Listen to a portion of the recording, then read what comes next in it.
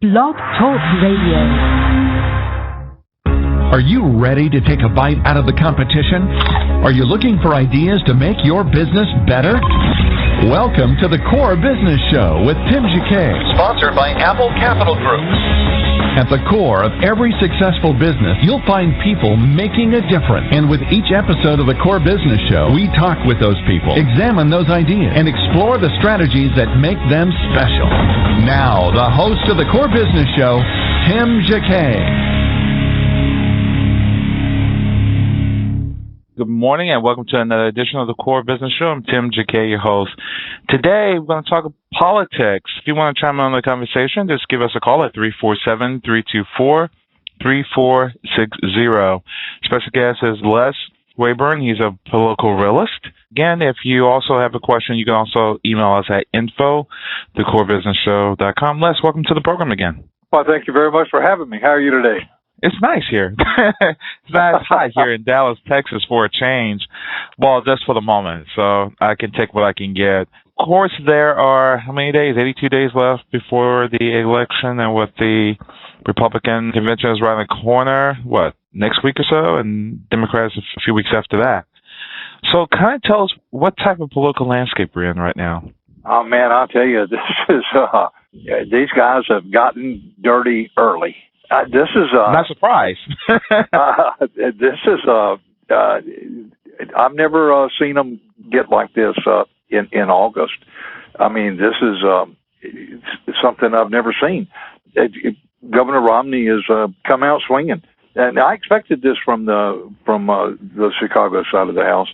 You know, these guys, this is historically the way the Obama camp has done business. But Governor Romney has shown a little backbone. He's come out swinging the last couple of days, and more power to him. I guess he learned the lesson. You know, Bob Dole sat back and watched the Clinton machine just run all over him, and John McCain thought he'd be a nice guy and left it up to the American people to sort through the campaign ads, and the American people can't, or they won't, and watched President Obama just run all over him, and he smiled all the way to the loser side of the house.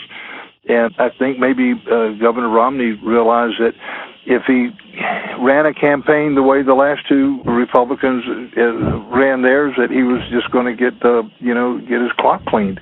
And maybe he's learned his lesson. Hopefully he's learned his lesson. So the political landscape is a bloody campaign. So these guys are coming out, and hopefully they're going to eventually get around to core issues. And the issue is going to have to get to the economy, because we can talk about all the other issues we want to, but the deal is unemployment is terrible. And unemployment is terrible in the cities. We have unemployment among black youth in some of the cities up to 40%. Hispanics is terrible. Unemployment among women is at historic high. True unemployment is some people are saying 20%, but it's at least 14, 15, maybe 20%. They're running over 8% for 42, 43 months in a row. We've got to do something to create jobs, and we have regulations that are just absolutely stifling job creations. Somebody did a thing the other day on Walt Disney about he started Disneyland, and from start to finish, he thought of Disneyland and he opened it 2 years later. 2 years from creating the idea to opening the doors in 2 years. And he talked about today he couldn't do an impact statement in 2 years now. No. You couldn't get an impact statement done in 2 years. And that's where we've come. And we have so many regulations, and everybody agrees that it's small business that is the engine that drives our economy. And if we don't do something that allows our small business to go out and hire people, and we've got to get people back to work. And if you want to get people out of poverty, we've got to put people to work. And that's how you end poverty. You give people jobs.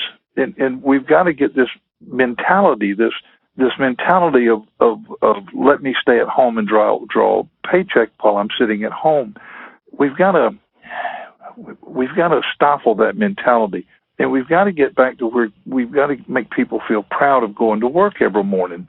And that's got to start at the community level and the home level, and we've got to create an atmosphere in the country to where we've got to make people understand that it's their responsibility to earn a living.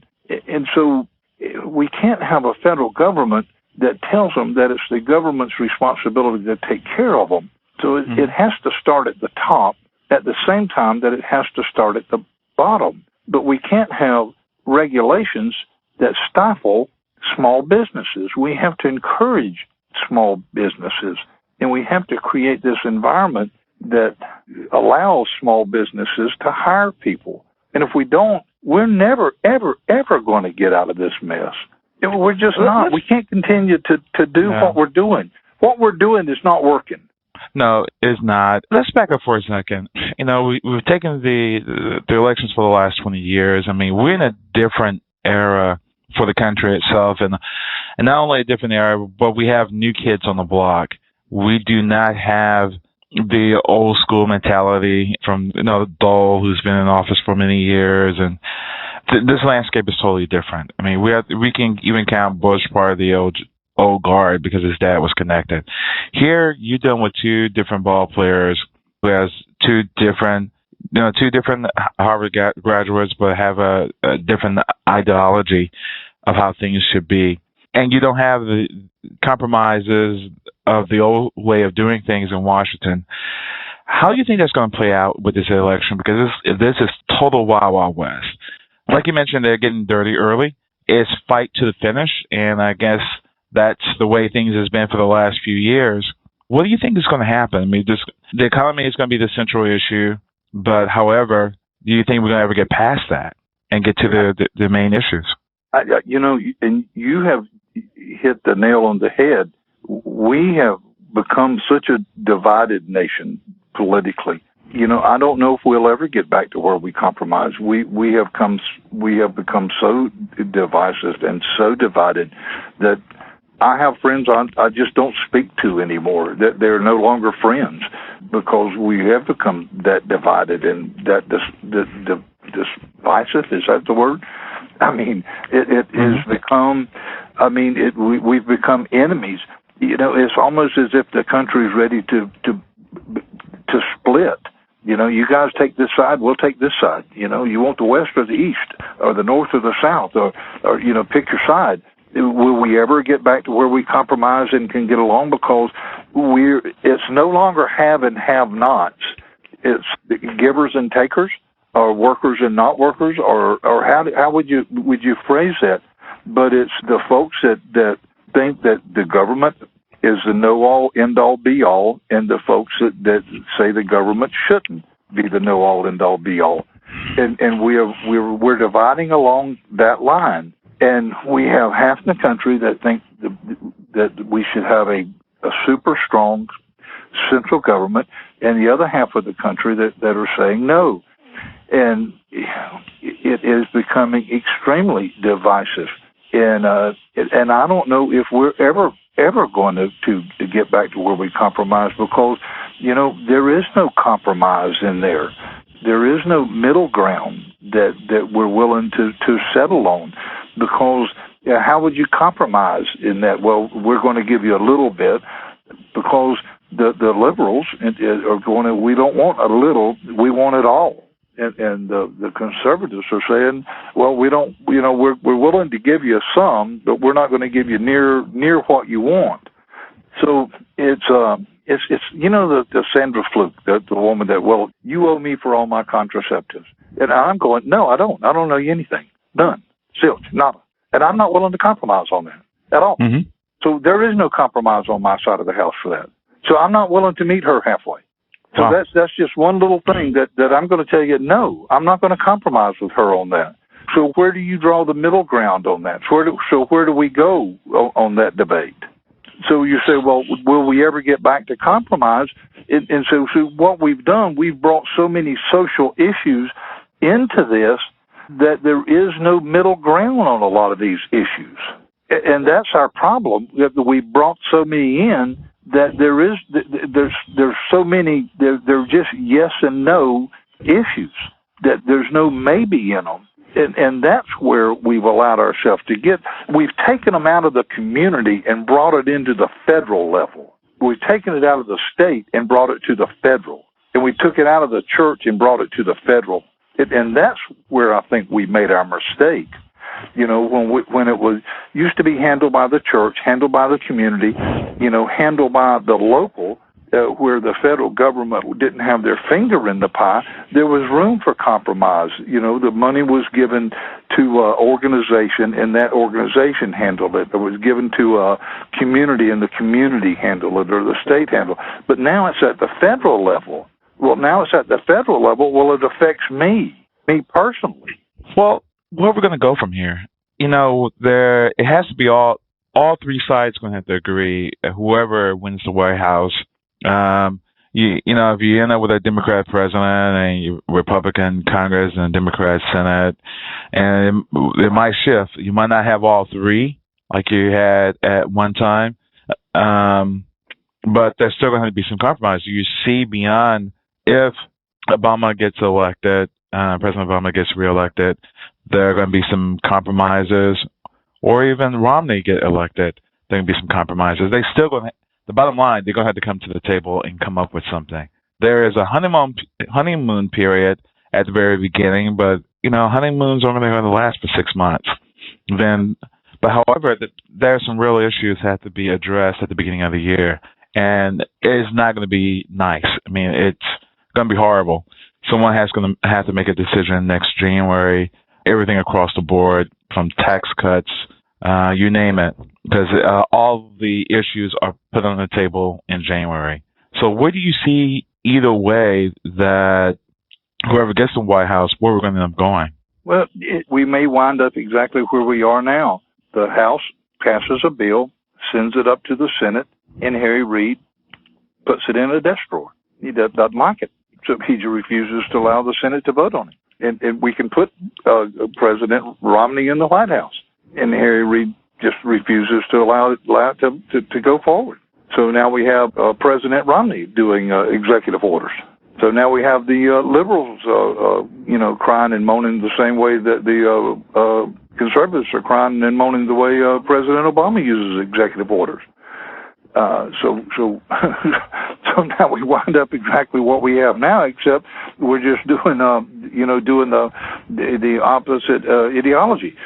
So, and you're right. If we don't have compromise, so if we don't have a Republican-controlled Senate and to get bills passed, get things enacted and get stuff sent to the White House for the president's signature, so what have we accomplished? What have we done? We changed the occupant of the Oval Office? If nothing goes forward? Exactly. I mean, do we see ourselves, that's the least of our issues? Having an executive in office is one thing, as a figure leader who can kind of push things, but if all three houses are divided, we still don't get anywhere. Absolutely. I mean, the Republicans, we can say what we want to, but the House has sent 18 jobs bill to the Senate. Harry Reid has taken 18 jobs bill and put them in a desk drawer, and then stood on the Senate floor and says the Republicans refused to send me a jobs bill. So, well, do you think that he absolute don't like insanity? They don't agree. His idea and their ideas are totally different. Why can't they sit there and compromise? Well, they can't be like because he wants to win an election. Yeah, and see, this is where we are. It's no longer about governing. It's no longer about running the nation. It's about power. It's about winning the election. These guys stay in Washington too long, and it's all about the power. And we've reached that point to where it's about the power. You know, Harry Reid 10 years ago demanded we audit the Fed, and today he demands we don't audit. Because he stays up there and and I'm just picking Harry Reid. He's not the only one. There's a lot of Republicans that fall under this same, this evil. So he's not the only one. You can point to Republicans that do the same thing. They stay up there too long. They get up there and they get corrupted by power, and they get rich. It's amazing. They go up there and they've got $50 in their bank account, and they stay up there 20 years and they're all multi-billionaires or millionaires. And they only make a couple of $100,000 a year, and I don't know how they become millionaires on speaker, speaking engagements, so it adds up. Well, insider trading has a lot to do with it too. That and knowing a little something in advance over time. Yeah, and so these guys get up there, and it's all about power, and so they don't want to leave, and so they consolidate their power. So then they spend their time, and it's nothing other than how do I get reelected, and how do I get my party reelected. So they no longer care about the country. These guys don't care about running the country. They become professional politicians, and they spend their time, getting reelected and making sure their party stays in power, because that's where the money comes from. And so they don't care. And we have a Russian submarine, sailing around the Gulf of Mexico for several weeks, and nobody cares, because what they're concerned about is we're going to gut the military and take $650 billion away from the military. We have Soviet bombers flying up and down the California coast. Nobody cares about it, and you hear very little about the news. But what we're concerned about, we're going to gut the military because we want to pay for Obamacare, because that's their centerpiece of the Democratic Party. And we're still going to gut the military. So we're getting ready to turn into a third world state, and nobody cares, because we're arguing about petty stuff. And we're getting ready to go bankrupt. Our dollar's almost worthless. We borrow money from the Chinese, which have a false economy. Their economy is built on building cities that nobody lives in, because they have to keep their workers employed. So they print their money worse than we print ours. And we're borrowing money from them, which is worthless. Their money's worthless money. And one day they're going to come in and ask for our gold, because their money is worthless, but they own all ours.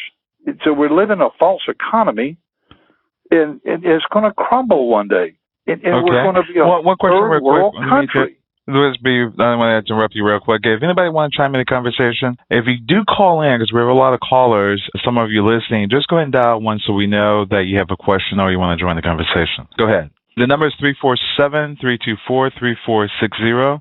You can pose a question in the chat room, or if you dial in, just press 1 so we know that you have a question. Okay, let's take Romney. Let's just be devil advocate. Okay, what do you think if we know this is going to be a close election? Some people see it as the rich versus the poor.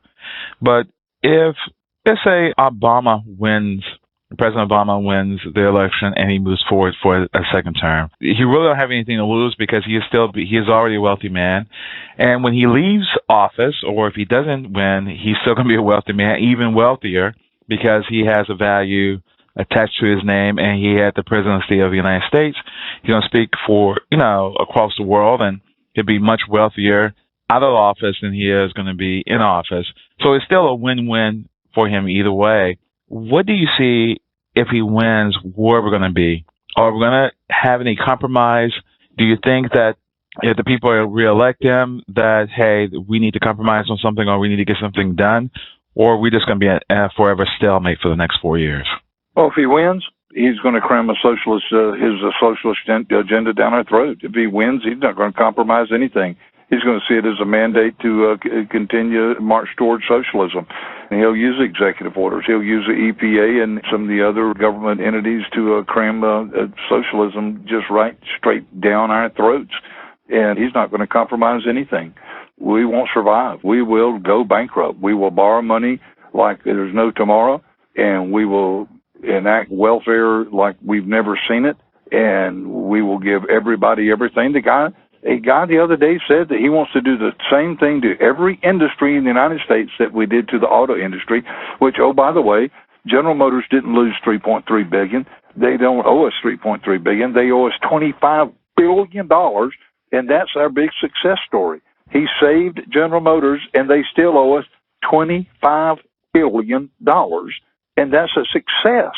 And he wants to do that to every industry, and he will continue to do it. He will do it to the steel industry. He will do it to everybody. Just bail them out and buy them out. And you can't spend your way out of debt. You can't do it at your house. I can't do it at my house, and we can't do it from the White House. Mm-hmm. And that's what he's going to do. He's not going to compromise if he's reelected. We are going to go headlong into socialism. I mean, we are going to welfare this country straight into bankruptcy.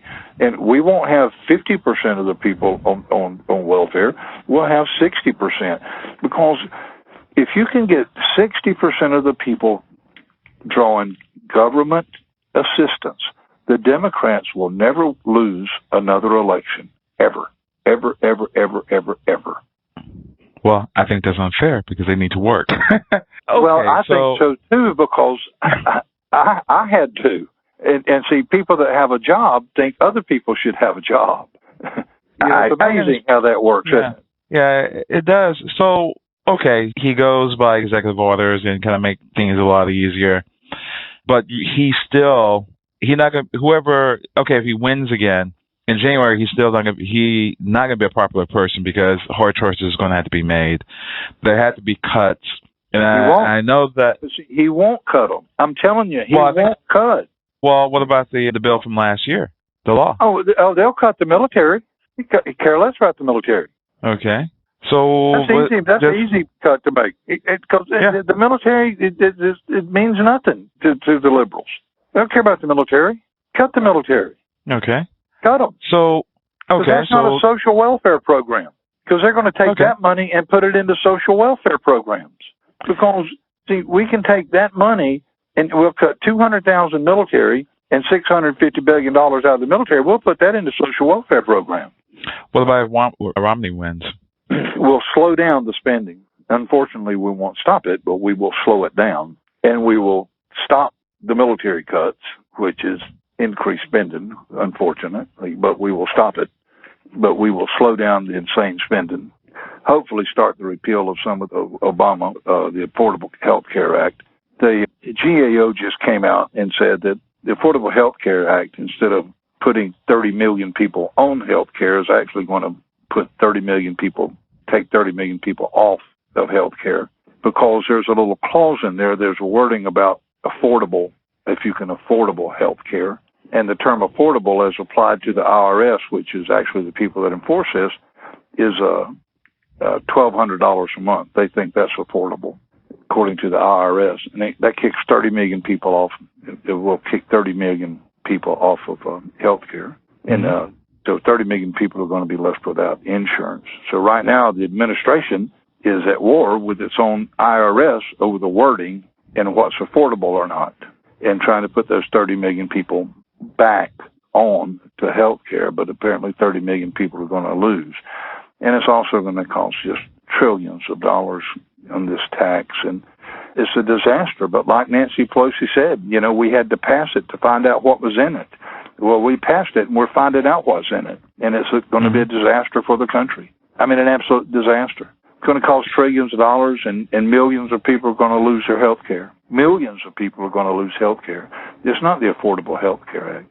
It was just the only people that's going to come out winning on this are the unions. And they're the people that wrote it, so they're going to win it. Of course, Congress is exempt, and unions are exempt, and the White House is exempt from this health care tax. So, they don't care because they're exempt from it. Wow. Do you think Mitt Romney can win?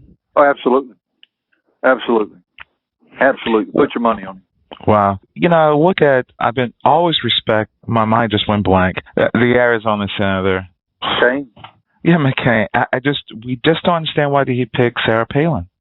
Because one of the tests, like everyone says, that the person has to be qualified to be president. Not only you pick a vice president candidate, but they had to qualify to be president.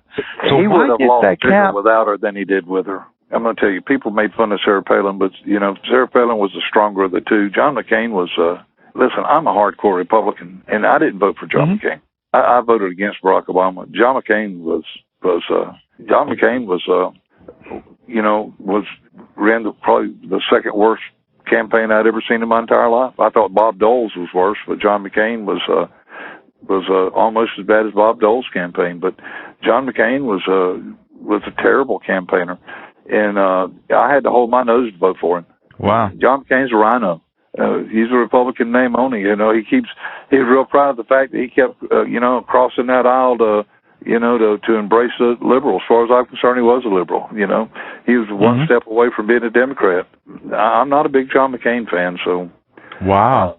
Not at all. So he or Lindsey Graham, either one. So I voted. I cast a vote for him, but I didn't do it. Reluctantly. Yeah, it was a reluctant vote. I'd have voted for her as far as I'm concerned. She was she brought more to the table than he did. People make fun of her, and people said a lot of bad stuff about her, but I sort of liked her a lot better than I liked him. So what was about her that people didn't have confidence in her at all? Well, the media keeps saying that, but if you go out and talk to the grassroots people, and don't listen to the media, if you go talk to people like me, we'll tell you that we liked her. But the media will tell you that I didn't like her. But I'll tell you that I did like her. Yeah, but the media hated her. Of course, the media didn't like Dan Quayle either. Of course, the media the media tells you one story, and they just, of course, they're already starting to tell you what a moron Paul Ryan is, and Paul Ryan's a brilliant young man, but the media's already. Yeah, he is. But the media's already. Chris Matthew is talking about that he's not very bright, and Chris Matthew is already trying to vilify him. Said he's dumber than Dan Quayle, and blah blah blah. And Paul Ryan is probably a hell of a lot smarter than Chris Matthews, but Matthews trying to convince people that Paul Ryan's not very smart. But that's the media. They're trying to paint this guy as some kind of lunatic fringe element. And, that's how they're going to probably sell stories. Yeah, they can't make him boring because then nobody wants to watch. But this guy's a smart young man. I mean, he's a smart guy, and but they're going to try to vilify the guy, and they're going to do everything they can to make him some kind of a lunatic fringe. But and which I find absolutely amazing, because he's not. But they will eventually convince people that he is. They will convince some people that he is, which I find amazing. I mean, do you think Mitt Romney's religion is going to impact some Christians in the South? They just can't get past that. Some, I have one friend, ex-friend, I should say, that absolutely won't vote for a Mormon, and I just find that absolutely amazing. Just she says her pastor just preached a sermon and convinced probably 25% of the people in the church about, don't vote for a Mormon. The other 75%, basically told him he was crazy. But 25%, I guess, of the people in the church were convinced that you can't vote for a Mormon. That's just bad, wrong. Which I find just, you think that in this day and age, that stuff like religion, race, stuff like that, you think we'd be over stuff like that by now. No. I mean, it's 2012. It's not 1968 anymore. I lived through the 60s, and when people's attitudes started changing, and I thought that stuff was behind us, and apparently it's not. No, probably another generation. You ask this question probably 25 years from now, when the people don't remember the 60s and who don't remember the 70s and who wasn't born in the 70s, then probably attitudes will start to change. I really did, and I was, I'm an old guy, and I was raised in a house with certain beliefs, and my attitude has changed. So I was raised with a certain set of beliefs, and my beliefs have changed.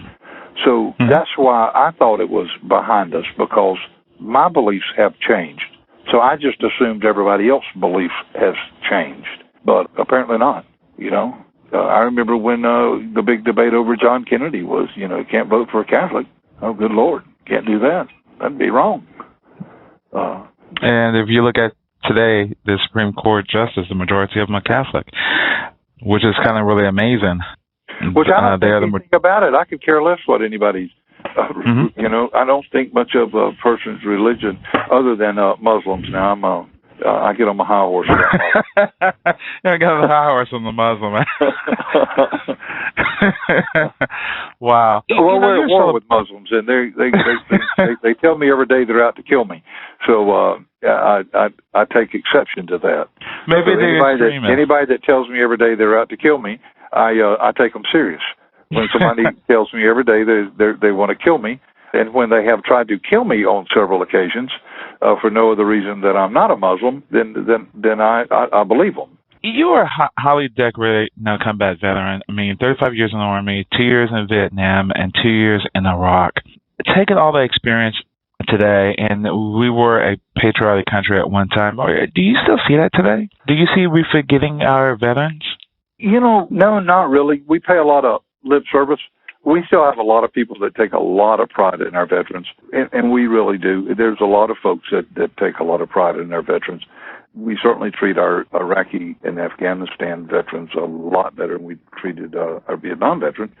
But I think a lot of it is lip service, but VA treats our veterans pretty good. And I think that there's a certain element in the United States that could care less about the military as a whole. But I think it's a small minority that just could care less about the military.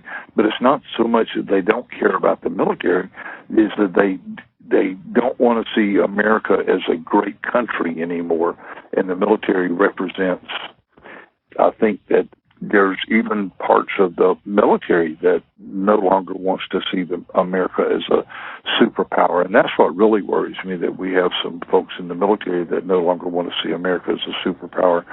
And we definitely have an element in the State Department that believes that, and the administration that no longer wants to see America as a superpower. And because the military represents the greatness of America and the mightiness of America, that you almost have to look down your nose at the military, because it does represent everything America stands for, in a way. But the average American, I think, really believes in America. I mean, in the military, and stands up for the military. I still think they see the military now as something brave and honorable, as an honorable profession. I think if we went back to the draft, though, that attitude would change. Oh, definitely. Yeah, definitely. Yeah. It's not a popular thing. I don't think it's even popular when they have to do the selective service registration for college. Yeah, it would definitely change. Because right now, it's easy to be pro-military when you don't have to invest your son or daughter. Absolutely. And then I think it was a scare when it came to this last war, when I think the way they resolved the issue is by raising the age limit to 42 for the Army, and it worked out.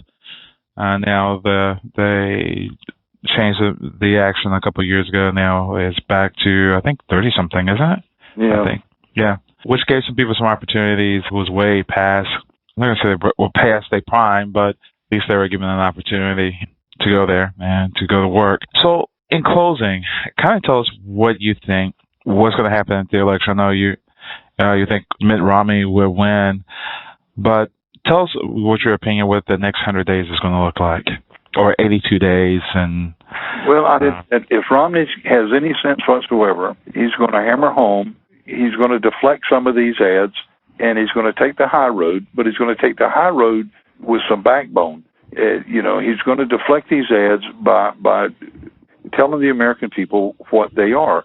And he started by the other day, or 2 days ago, or yesterday, whenever it was, by saying, take your attitude, take your hate and decisiveness back to Chicago. But he's going to have some attitude, and he's going to do it with some steel in his voice. But what he needs to do, he needs to hammer home the economy, and he needs to hammer home President Obama's record. Romney can run just on President Obama's record, and he just needs to hammer home 44 months unemployment. You're better off 4 years than you were 4 years ago. 4 years ago, gas was $1.86. It doesn't matter whose fault it was.